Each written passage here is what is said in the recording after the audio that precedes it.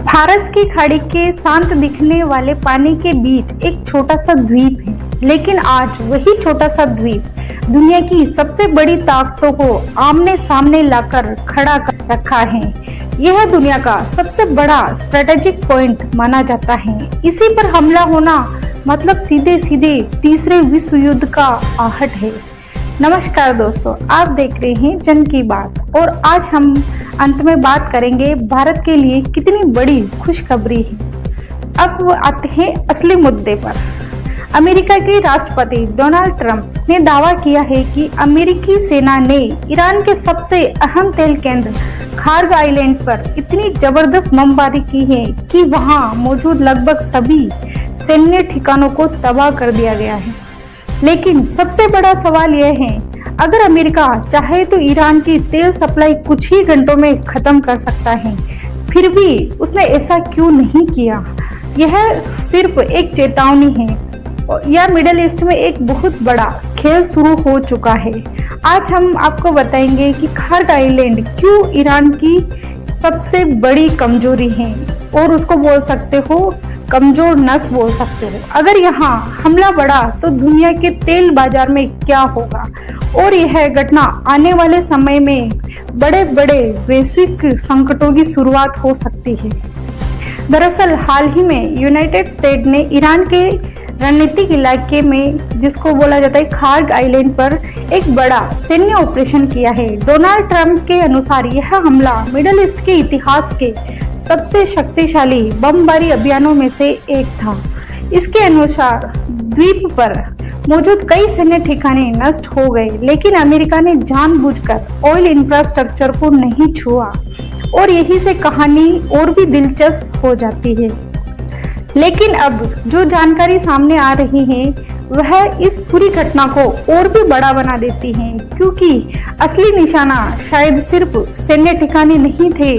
Trump ने एक और चेतावनी दी, अगर ईरान ने स्ट्रेट ऑफ हॉर्मुज से गुजरने वाले जहाजों को रोकने की कोशिश की तो अमेरिका तुरंत बड़ा कदम उठा सकता है। यही वजह है कि दुनिया भर के रणनीतिक विशेषज्ञ इस हमले को सिर्फ एक सैन्य हमला या सैन्य कार्रवाई नहीं मान रहे हैं, बल्कि एक रणनीतिक संदेश मान रहे हैं। अब सवाल उठता है, आखिर यह छोटा सा खार्ग आइलैंड इतना इम्पोर्टेंट क्यों है? असल में यह द्वीप ईरान की अर्थव्यवस्था का दिल माना जाता है। कुछ अहम तथ्य, ईरान के लगभग 90% तेल निर्यात इसी द्वीप से होकर गुजरता है।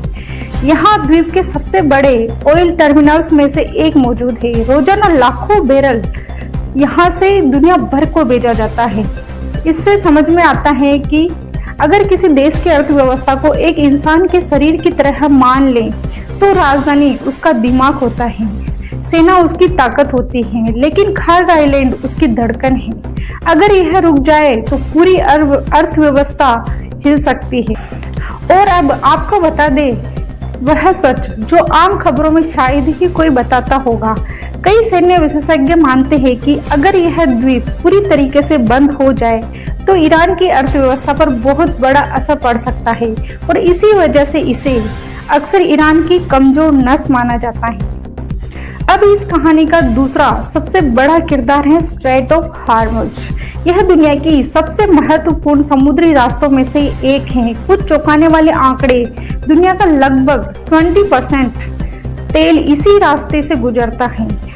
हर दिन 100 से ज्यादा तेल टैंकर यहाँ से गुजरते हैं। अगर यह रास्ता बंद हो जाए तो दुनिया में तेल की कीमतें तेजी से बढ़ सकती है और ऊर्जा के क्षेत्र में भूचाल आ सकता है।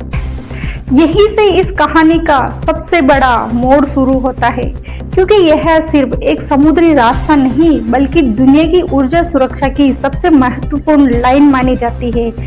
यही कारण है कि अमेरिका बार बार चेतावनी दे रहा है कि कोई भी देश इस रास्ते को ब्लॉक करने की कोशिश ना करे। अब सवाल यह है कि अगर अमेरिका चाहता है तो खार्ग आइलैंड के तेल इंफ्रास्ट्रक्चर को नष्ट कर सकता था, लेकिन उसने ऐसा नहीं किया।